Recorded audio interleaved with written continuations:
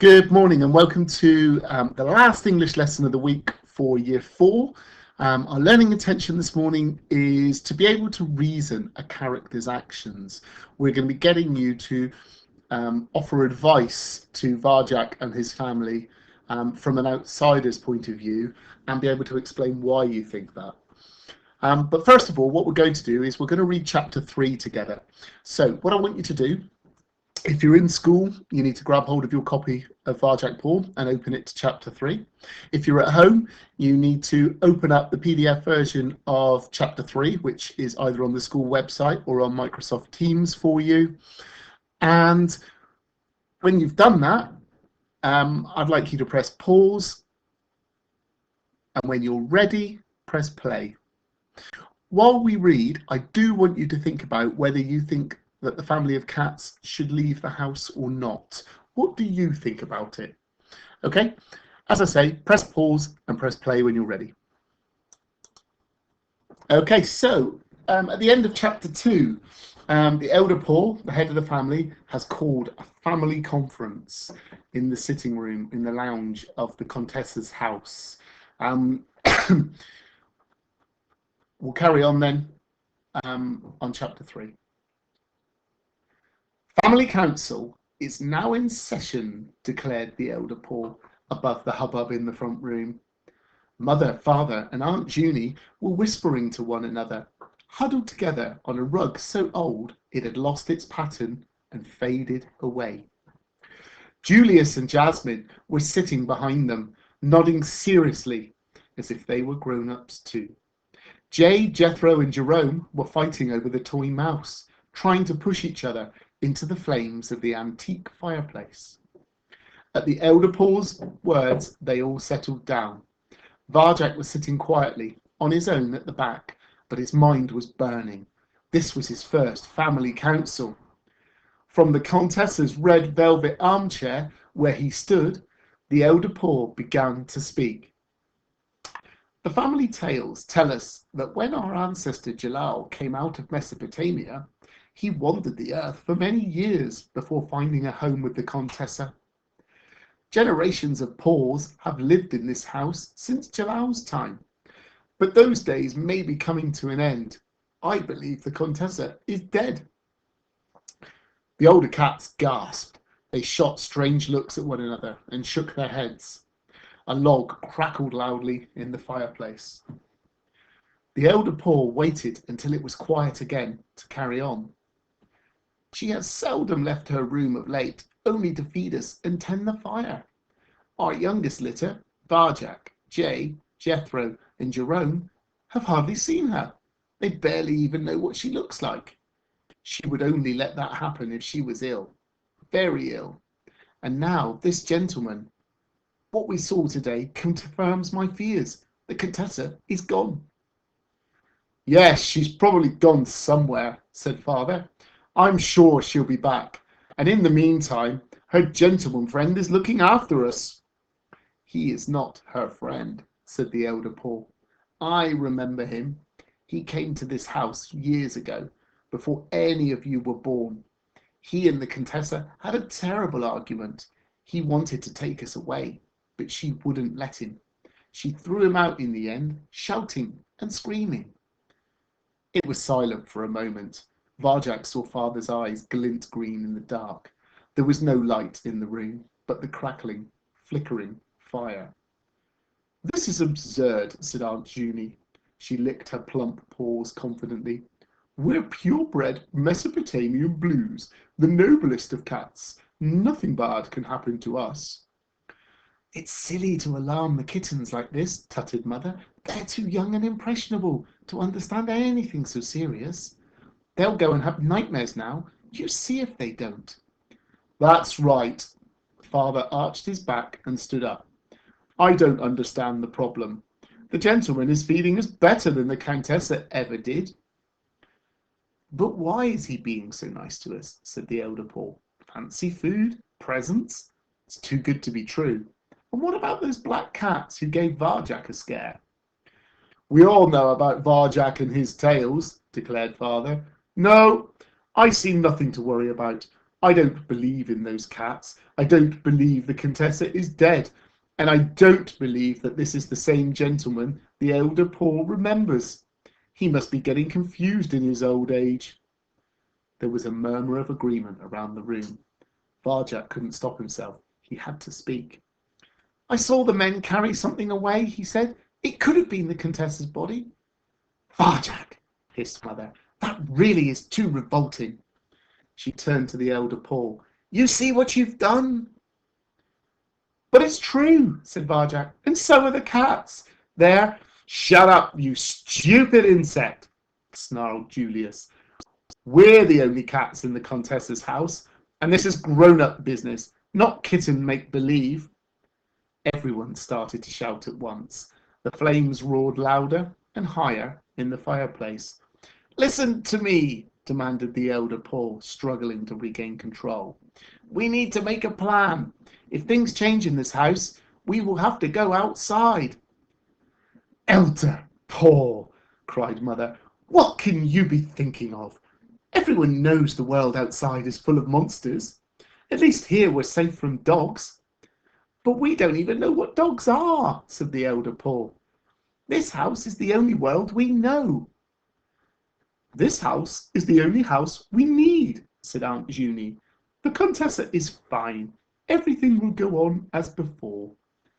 "Listen to me," pleaded the elder Paul. He stepped down off the armchair and into the middle of the room. Father squared up to him. "No, you listen to me for a change." His fur bristled. "Maybe it's time for someone else to make the decisions in this family." The room was completely still now, except for the raging fire. Shocked at what he was seeing, but unable to look away, Varjak watched the two of them intently. Everyone did. Father began to circle the elder Paul. Wordless and menacing, he bared his teeth. He looked twice as big, twice as fierce as normal. His shadow danced across the elder Paul's body in the firelight. He hissed and strode forward. The elder Paul backed away. Suddenly he looked tired and old, very old, like the threadbare rug on which he stood. "I'm just saying we should think—" "That's enough," blazed Father. "This council is over." He turned to face the family. "Let's go." There was a rumble of support around the room. Varjak's throat felt dry. He couldn't believe how fast it had happened. One moment the elder Paul was in charge, the next it was all over.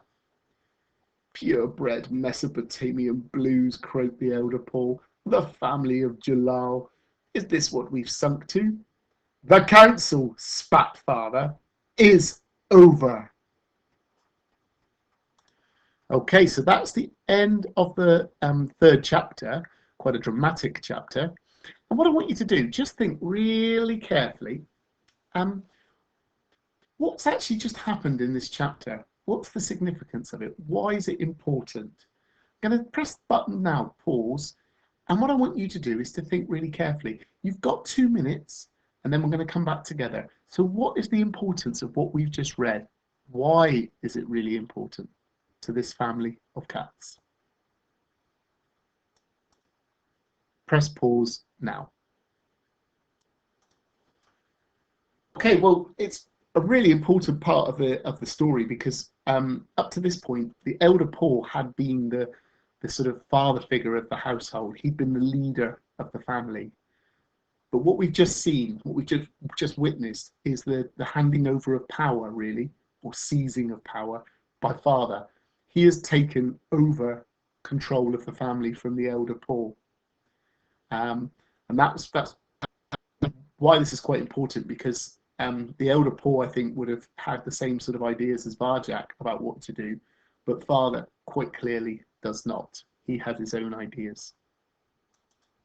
Okay, for the first part of the independent task this morning, what I want you to do is, with a partner if you're in school, or maybe an adult at home, can you think of any reasons why you think the family should either leave or not leave the house? You know, should they stay or should they go? And what I want you to do is make a note of them. You can use this chart if you want to. All I've done here is set up a for and against column, and you can put your own ideas in there. Reasons for staying, reasons for leaving. Okay, press pause now. You've got 10 minutes or so to talk about this and to write down your ideas. Okay, then we'll come back together. So press pause now. Welcome back. So I've got some ideas up here. I don't know if you've got some of these, or maybe you've even got some of your own that I haven't actually thought of either. So in terms of reasons for leaving, well, we don't know whether the gentleman's going to be kind or whether or not he might hurt them. Second one here, the black cats might be dangerous. They might hurt the Paul family. The third one, the Contessa might be dead, and if that's the case, they have no owner. So they have no place to live, really. And finally, if the Contessa was dead, the house might be sold and they would have no home to live in. So they're all reasons for leaving, for getting out. In terms of against, reasons to stay, the gentleman looks like he would feed them well. He's given them caviar, expensive fish food. Another reason is this is the only home that the Paul family have ever known. Since the days of Jalal, they've all lived in this house. And they haven't got anywhere else to go. If they go and live, if they have to leave the house, they probably will end up on the streets. So they're going to try and stay, they might want to stay for as long as they can. And finally, the outside was full of dangerous creatures like dogs. Okay, so another reason to stay safe and warm inside the house.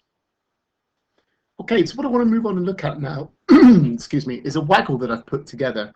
Now, this is a paragraph written from one of the points of view. Do you think that this person thinks that the cats should stay, or should they leave the family home? What I've tried to do is to break it up into 3 points, 3 argument points, and then I've tried to justify those points. Okay, so if we read it together, you can see exactly how I've written this. So it is clear that your family should not leave the Contessa's house. Firstly, where would you go? You have nowhere to live. You would end up living on the streets. That's no good for a family of pure-blood Mesopotamian blues. Secondly, the world outside is full of dangerous creatures. What would you do if you came face to face with a ferocious dog or animal, or worse? Finally, it may be that the Contessa is dead. The gentleman has proved that he will look after you by feeding you very fine food. I think you can see that you are better off staying right where you are. So what I've tried to do here is show that there's a bit of, I'm arguing from one point of view, and that's clearly that the family should stay where they are and not leave the house. What I've also tried to do is I've tried to use, there's exclamations there, there are rhetorical questions. I've also tried to build into here some